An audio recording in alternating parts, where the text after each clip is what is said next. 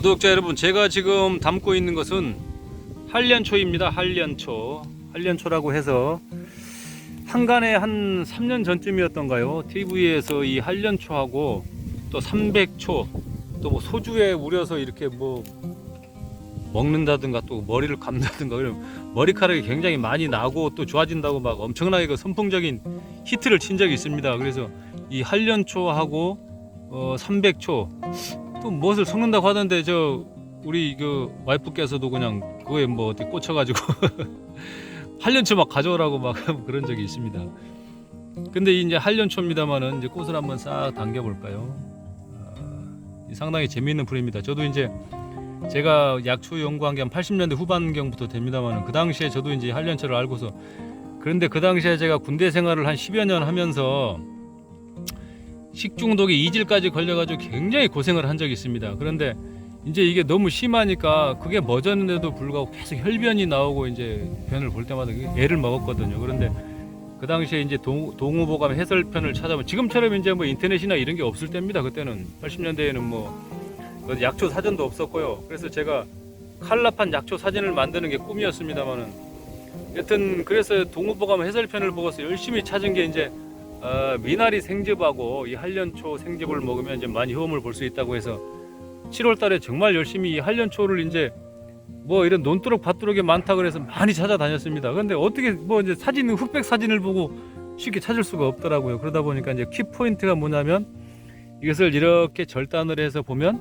나중에 이게 검은 빛으로 변한다.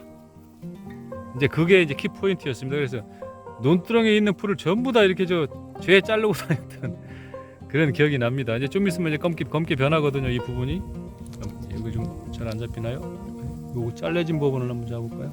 좀 굵은 부분을 하나 꺾어서 이렇게 잘라 보겠습니다. 이제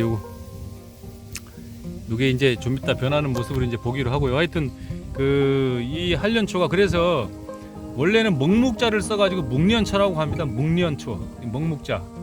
그래서 이제 예장초라고 하기도 하고 묵한련이라고 하기도 하고 묵두호라고 하기도 하거든요. 그 이제 묵자가 들어가는 이유가 먹묵자를 써서 검게 변하기 때문에 붙여진 이름이다. 이렇게 이해하시면 되겠고요. 여기 지금 보이시죠? 여기 이 부분이 검게 이렇게 딱 세워놔야 돼. 이렇게 싹 확대를 해보겠습니다. 싹 보이시죠? 검게 변하고 있습니다. 근데 이게 생각보다는 굉장히 이제 먹묵자가 들어가기 때문에 이 머리를 이제 검게 하고 또 뭐 머리를 나게 하고 이런 쪽에 효능이 많은 것으로 이제 TV에도 많이 나왔습니다만, 사실은 이것이 원래는 정력제로 이름이 높죠. 그래서 좀 양기 부족이라든가 조루, 발기부전 이런 남성 질환의 특효약이다.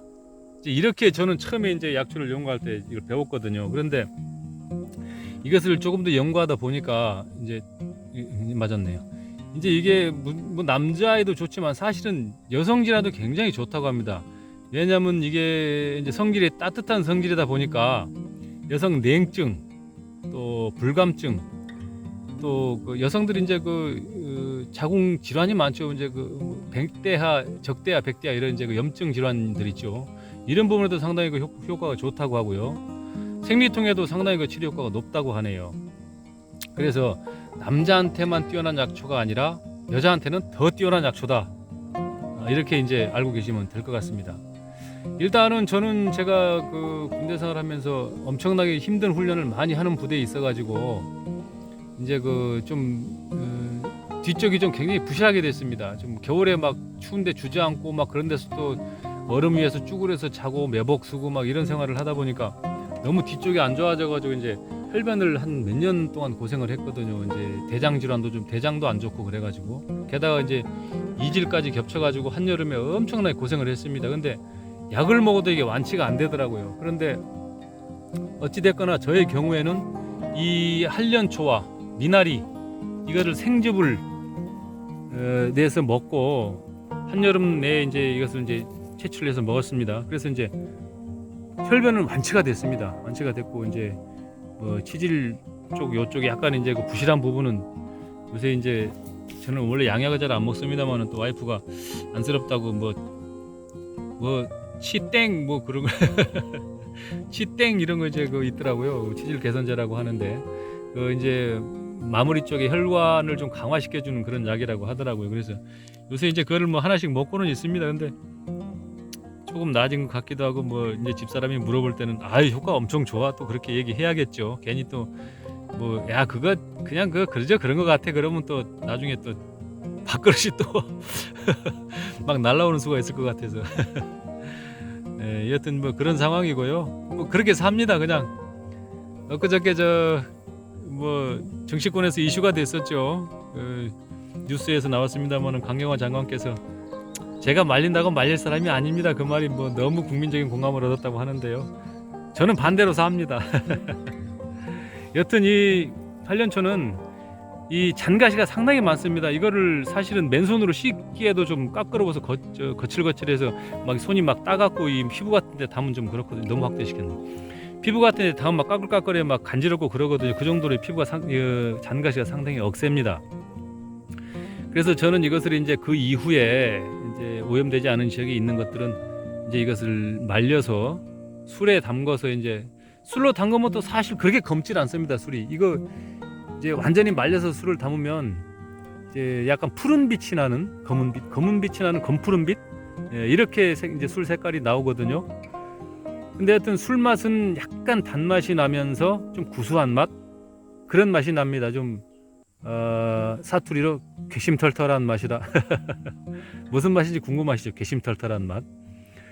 전라도 지방에서 이제 사시는 분들은 대충 이해하십니다. 괘씸털털. 아니 또 죄송합니다. 한글 표준어를 구사한다고 해놓고 자꾸 또 사투리를 썼습니다. 하여튼 맛이 좀 밍밍하다 그런 뜻입니다. 좀 어떤 소속감이 없는 맛이라고 할까요?